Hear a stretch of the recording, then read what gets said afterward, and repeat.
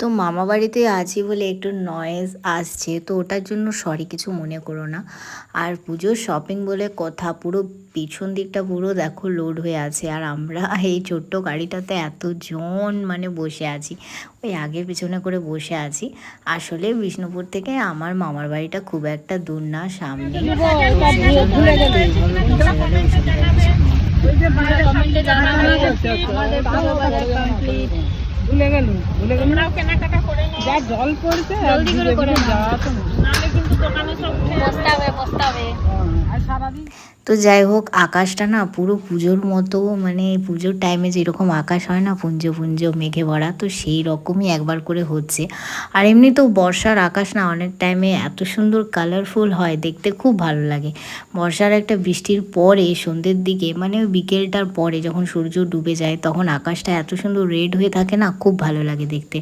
আর জয়পুরের জঙ্গলটায় বর্ষাকালে পুরো ঘন একদম হয়ে আছে, দেখো তোমরা, মানে ফুল জঙ্গলটায় যখন যাবে, মানে ফুল যেটা ঘন জঙ্গল যেটাকে বলে, সেখানে যখন যাবে তো তোমরা পুরো অন্ধকার হয়ে যাবে, সেখানে একটা কিছু দেখতে পাবে না, গাছ আর গাছ আর পাতার পাতা। এই জঙ্গলটা পেরোতে না আমার খুব ভালো লাগে, স্পেশালি যদি গাড়িতে করে যাই তাহলে আরও ভালো লাগে। বাসে করে গেলে তো ভিড়ভাড়টা থাকে, অনেক সময় সিট পায় না, তো সেভাবে দেখতে পারি না। তো যাই হোক, মাঝ জঙ্গলে এসে আবার চলে এলো বৃষ্টি। তো যাই হোক, আমরা একটা জায়গাতে নামলাম, এখান থেকে আমরা কিছু কিনে নেবো মিষ্টি ফিষ্টি।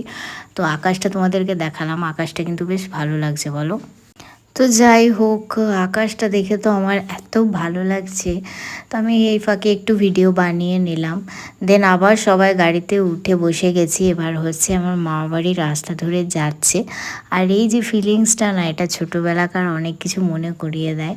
আর দূরে দেখো আকাশটা পুরো রেড হয়ে আছে। তো মামা বাড়ি ঢুকতে ঢুকতে কিছুক্ষণ পর দিদা দিল চা। এই চাটা এত সুন্দর হয়েছিল না, কি বলি, তার সাথে বিস্কুট, তার সাথে হচ্ছে বড়া ভাজা, মুড়ি, আর সাথে শসা। তো এই হচ্ছে আমার আজকে। তো রাত্রেবেলায় আবার ছিল পোস্ত বাটি, ডিমের ঝোল, একটা রুটি, আর অল্প একটু ভাত নিয়ে নিয়েছিলাম, কারণ পোস্ত তো আর রুটি দিয়ে খাওয়া যায় না, ডিমের ঝোলটা না হয় খাওয়া যায়। তো এটাই আজকে আমার খাওয়া দাওয়া।